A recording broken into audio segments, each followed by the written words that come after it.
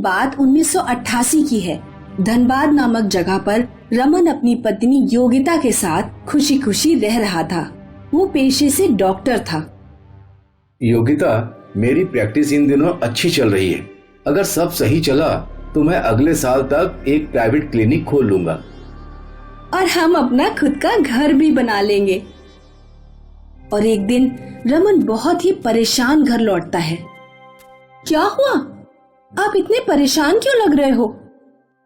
Raman papers Yogita के हाथ में रख देता है। पढ़ो इसको। ये क्या है? हे भगवान, अभी तो आपकी प्रैक्टिस जमने लगी थी, अब क्या करेंगे हम? कैंसिल नहीं हो सकता है क्या ये ट्रांसफर ऑर्डर? गवर्नमेंट ने ऑर्डर दिया है, इसलिए जाना तो पड़ेगा ही। वैसे गवर्नमेंट ने ट्रांसफर के साथ साथ प्रमोशन भी दिया है मुझे। उस गांव में कोई भी नहीं टिकता है। मगर ऐसा क्यों? वो तो मुझे पता नहीं। थोड़े दिन वहां कमा लेते हैं, फिर अपनी क्लिनिक बना लेंगे। आगे हमें अपनी फैमिली भी तो बढ़ानी है। अच्छा। और वो लोग अपना सामान लेकर विजयगढ़ जा रहे होते हैं कि रास्ते में गुजरते वक्त एक काली बिल्ली उनका रास्ता काट जाती है और गाड़ी का टायर भी 2 बार पंचर हो जाता है। सुनो जी, काली बिल्ली का रास्ता काटना अच्छा नहीं होता।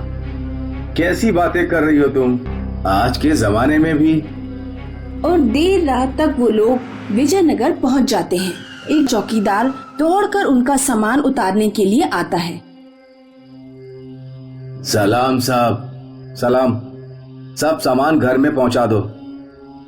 रमन, आसपास के घर खाली क्यों लग रहे हैं? अरे अभी दिन का टाइम है, सब तुम्हारा स्वागत करने के लिए बाहर थोड़ी खड़े रहेंगे। अरे मैंने तो ऐसे ही बोला। छोड़ो योगिता, ये भी कोई टाइम है सवाल जवाब करने का। अंदर चलो। जी। अगले दिन रमन अपने नए क्लिनिक पहुंच जाता है। वो स्टाफ से बातचीत करता है और सबसे बार बार जानने की कोशिश करता है कि आखिर वहाँ कोई भी डॉक्टर ज्यादा दिन क्यों नहीं टिकता। आज से सब नए रजिस्टर मेंटेन होंगे। Yes sir. और हाँ सिस्टर, ये पिछले डॉक्टर यहाँ से 2 महीने में क्यों चले गए थे? सर वो तो मुझे नहीं पता। कोई भी बता नहीं रहा। चलो कोई बात नहीं, खुद पता कर लूंगा। और हाँ, कोई भी अगर गरीब हो तो उसको याद से सरकारी योजना के बारे में बता देना। ठीक है साहब। रमन खुद पूरे क्लिनिक का चक्कर काटता है। वो बंद दरवाजे को देखता है जिस पर बहुत ही बड़ा ताला लगा होता है। बड़ी अजीब सी चुप्पी है यहाँ, कुछ तो अजीब है। रमन देखता है कि शाम की शिफ्ट में पेशेंट्स बहुत ही कम आते हैं और स्टाफ भी हमेशा जल्दी निकलने के चक्कर में रहता है। साहब, मेरी बेटी की तबीयत ठीक नहीं है और मेरी घरवाली भी काम से देर से आती है। मैं जल्दी जाऊं क्या? नहीं, आगे पेशेंट आ गए तो?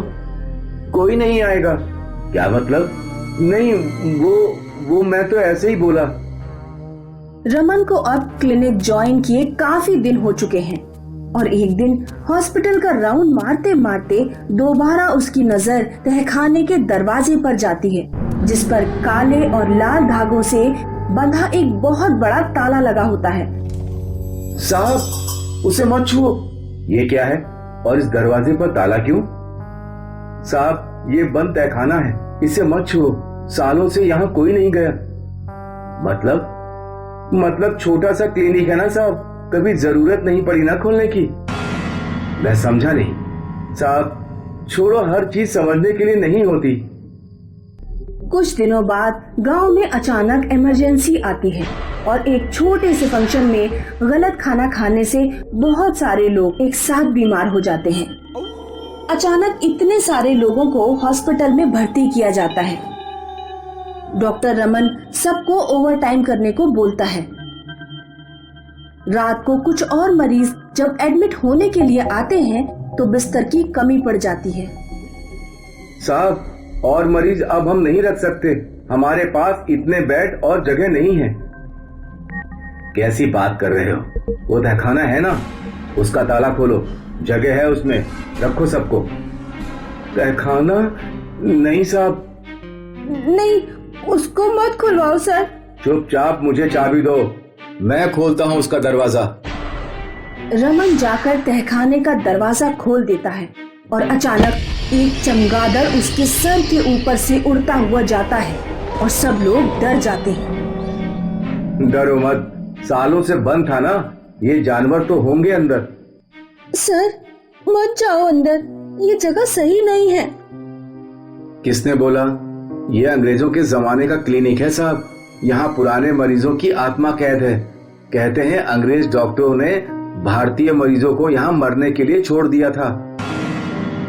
अच्छा, तो इसलिए सब इतना डरते हैं इससे। डरो मत, आगे बढ़ो, वो सब तो मर चुके हैं ना। सर मगर उनकी आत्माएं आज भी यही हैं। कैसी बकवास कर रही हो? चुपचाप मेरे पीछे आओ, हमें इसको मरीजों के रखने लायक बनाना है। सब लोग डॉक्टर रमन के पीछे पीछे तहखाने में चल ही रहे होते हैं कि अचानक सभी लाइट्स ऑफ हो जाती हैं।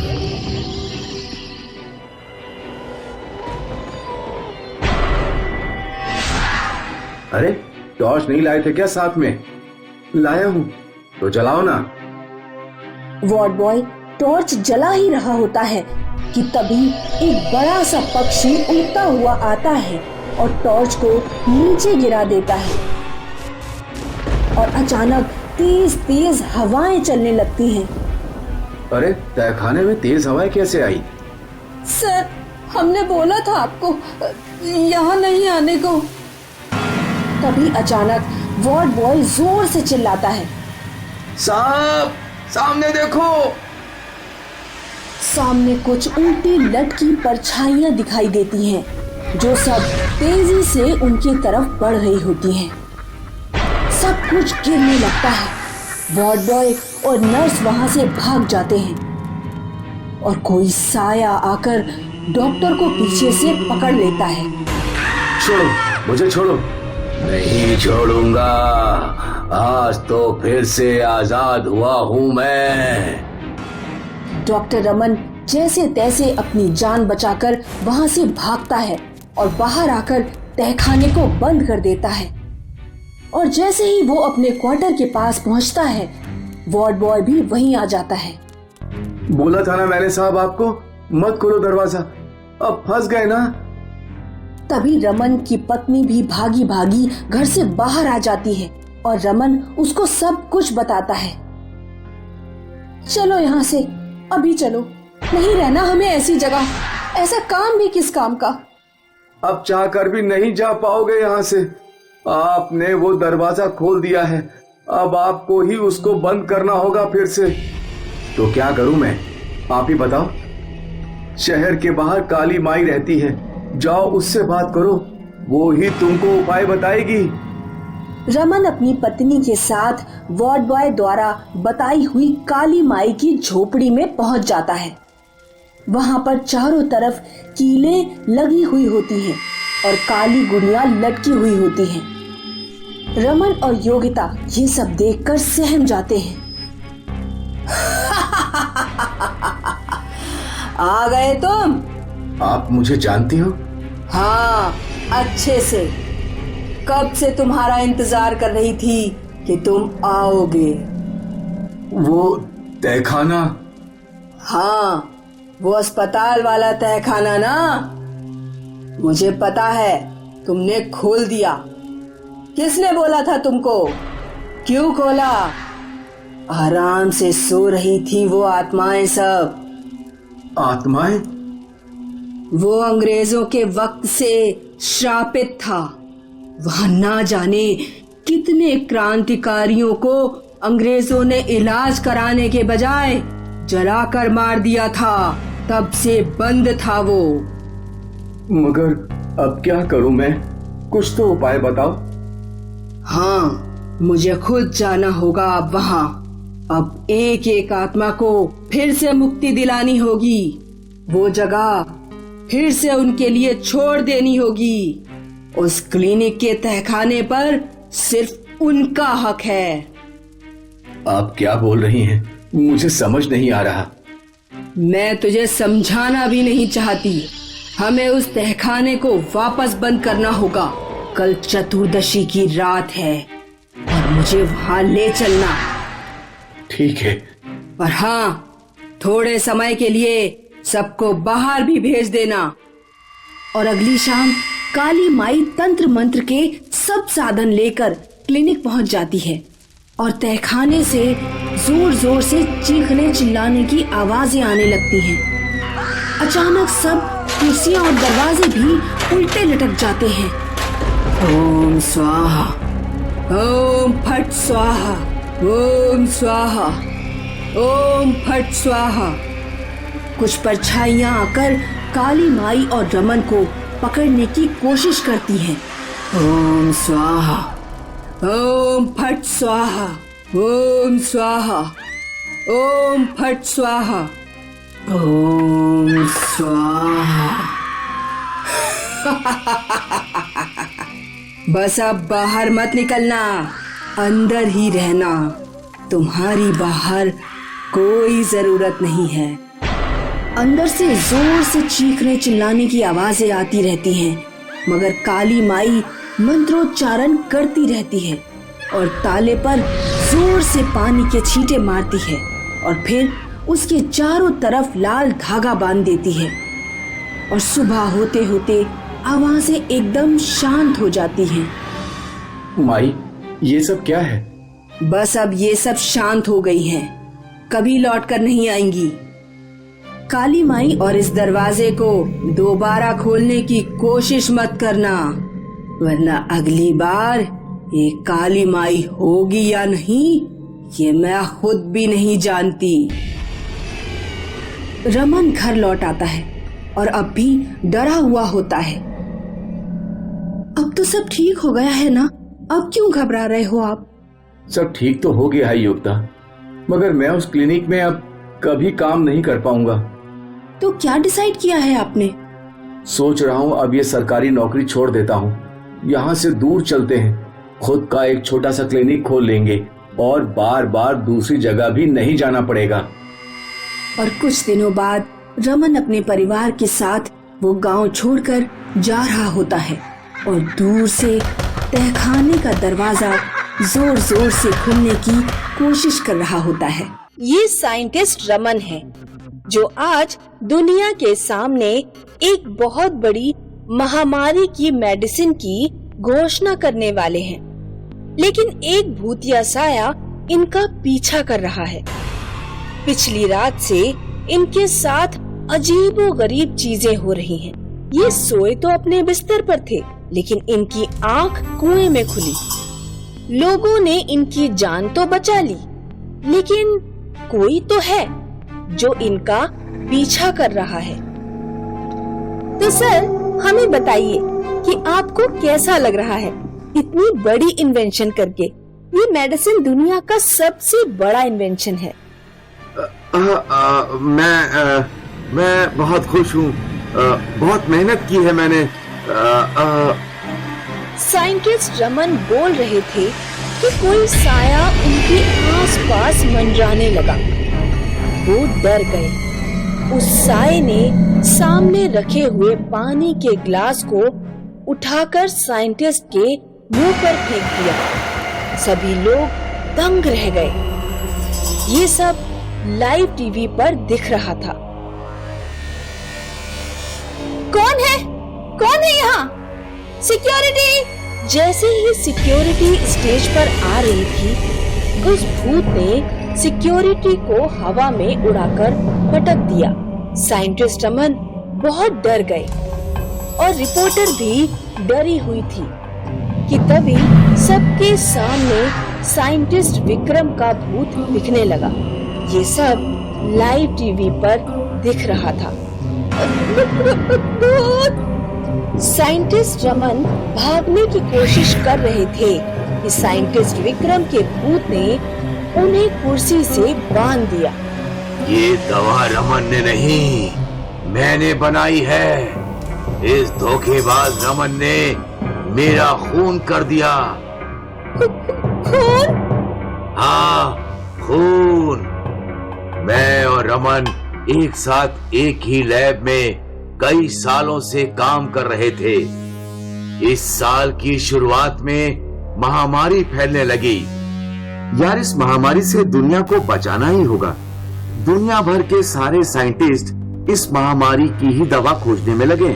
कोई ना कोई जरूर बनाएगा। हमें भी कोशिश करनी चाहिए। ना बाबा ना, तू ही कोशिश कर, मेरे पास और भी बहुत काम है। मैं अकेला इस महामारी के ऊपर रिसर्च करने लगा। 1 महीने बाद मुझे इस महामारी के कीटाणु का कंपोजिशन समझ में आ गया।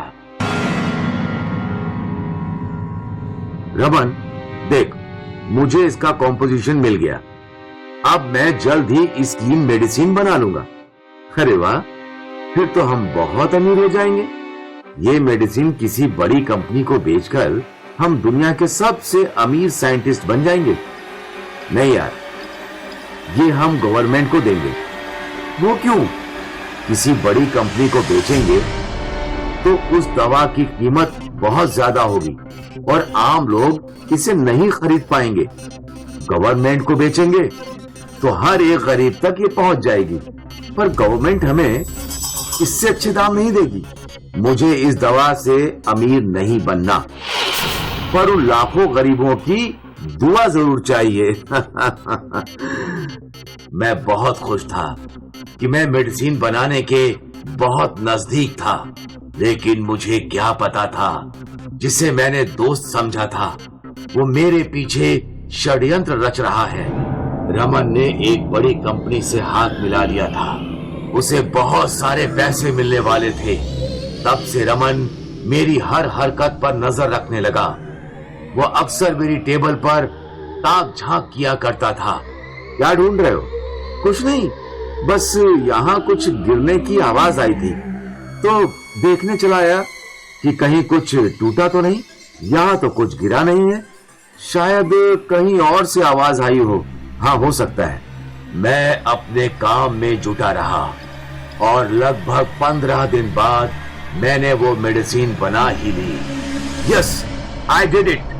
आई knew I would do it. क्या हुआ?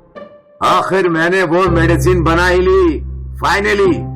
मैं अभी जाकर न्यूज में ये अनाउंस करता हूँ। रुक जाओ, थोड़ा आराम से। ये इस सदी का सबसे बड़ा इन्वेंशन है। इसके अनाउंसमेंट के लिए बहुत सारी तैयारियां करनी होंगी। कैसी तैयारियां? गवर्नमेंट को इन्फॉर्म करना होगा, न्यूज वालों को भी पहले से इन्फॉर्म करना होगा। तो रुक, मैं सबसे बात करके आता हूँ, फिर मैं तेरे साथ चलता हूँ न्यूज चैनल के ऑफिस। ठीक है? रमन ने किसी से फोन पे बात की और फिर मेरे पास आया। हमें अभी गवर्नमेंट लैब इस मेडिसिन को ले जाना होगा। पर क्यों? उसका प्रोसेस है। चल लैब। मैं रमन के साथ उसकी कार में बैठ गया। रमन मुझे गवर्नमेंट लैब ले जाने के बदले किसी सुनसान फैक्ट्री में ले आया। ये कहाँ ले आया? अभी पता चल जाएगा। बाहर चल। मैं कार से उतरा और तुरंत 2 गुंडों ने मुझे पकड़ लिया। उनमें से एक गुंडे के हाथ में चाकू था जो उसने मेरे गले पर घुमा दिया और मैं वहीं मर गया। उसके बाद इस हरामखोर ने उस कंपनी वाले को दवा का सारा फॉर्मूला दे दिया और बहुत सारे पैसे ले लिए। मैं चाहता तो कल रात ही इसे मार देता, लेकिन मैंने इसे मारा नहीं, क्योंकि मैं दुनिया को सच बताना चाहता था। ये धोखेबाज है। इसने इस दवा के लिए मेरा खून कर दिया, लेकिन अब मैं इसे नहीं छोड़ूंगा। और भूत ने रमन को गर्दन से उठा लिया। रमन छटपटाता रहा और तड़पते तड़पते रमन मर गया। साइंटिस्ट के भूत का बदला दुनिया भर ने लाइव टीवी पर देखा। अगले दिन न्यूज चैनल में यही न्यूज थी। उस कंपनी के मालिकों को पुलिस ने पकड़ लिया और एक प्रेस रिलीज में गवर्नमेंट के ऑफिशियल्स ने डिक्लेयर किया, ये मेडिसिन जो लेट साइंटिस्ट विक्रम ने बनाई है 100% इफेक्टिव है इस महामारी को दूर करने के लिए। We salute late scientist Vikram for his contribution towards this society.